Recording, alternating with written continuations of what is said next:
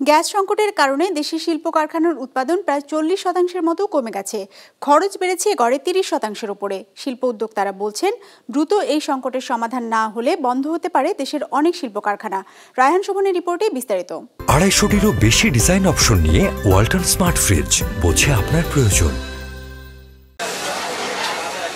শতভাগ রপ্তানিমুখী তৈরি পোশাক কারখানা নারায়ণগঞ্জের মাদার কালার লিমিটেড, যাদের নিটিং ডাইং মিলে মাসিক উৎপাদন সক্ষমতা 4 লাখ কেজি।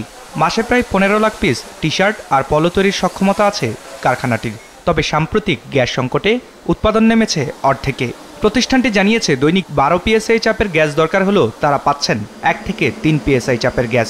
কখনো কখনো যা নেমে আসে শূন্যের কোটায়। আমরা পরিপূর্ণ লোড দিতে পারতেছি না জেনারেটর। আমাদের হচ্ছে জেনারেটরটা 1 মেগাওয়াট জেনারেটর, মানে 1000 কিলোওয়াটের। আমরা এখানে 368, 400, 450 কিলোওয়াটের বেশি লোড দিতে পারি না, কারণ আমাদের গ্যাস প্রেশার থাকে না।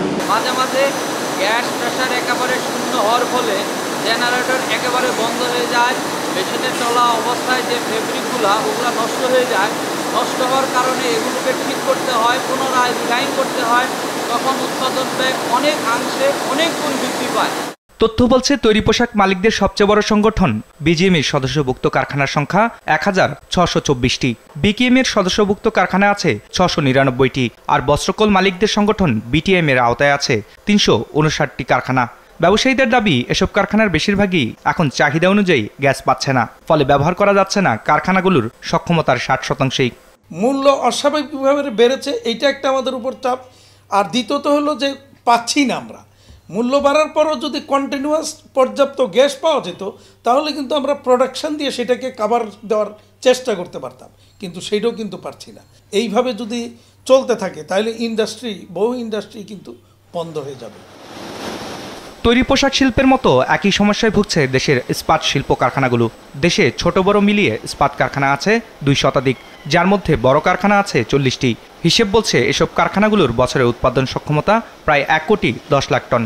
নিরবচ্ছিন্ন গ্যাস সরবরাহ না পায় এই শিল্পের উৎপাদন প্রায় 40%-এর মতো কমে গেছে বলে জানান মালিকরা।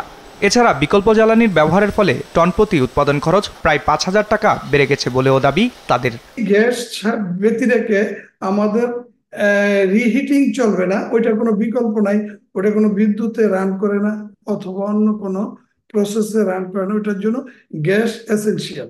কিন্তু সেই গ্যাসের স্বল্পতার জন্য আমাদের বর্তমান উৎপাদন প্রায় 50-60% নেমে আসছে। এতে করে ওভারহেড কস্ট অনেক বৃদ্ধি পেয়েছে এবং প্রোডাক্টের কস্ট বৃদ্ধি পাওয়ার কারণে আমরা বিক্রি করতে গিয়ে হিমশিম খাচ্ছি। দেশের চাহিদা কমের কারণে আমরা এই কস্টটা কোনো প্রোডাক্টের উপর পাস অন করতে ব্যর্থ হচ্ছি, যাতে করে আমাদের ফ্যাক্টরি অনেক ক্ষেত্রেই শাটডাউন করার উপক্রম হয়েছে। ইস্পাত পোশাকের পাশাপাশি গ্যাস সংকটের প্রভাব পড়েছে সিরামিক শিল্পেও। এ খাতের উদ্যোক্তারা জানান, দৈনিক 15 PSI চাপের গ্যাস প্রয়োজন হলেও তারা পাচ্ছেন মাত্র 2 থেকে 3 PSI। Raihan Shovon, business report, Maasranga television.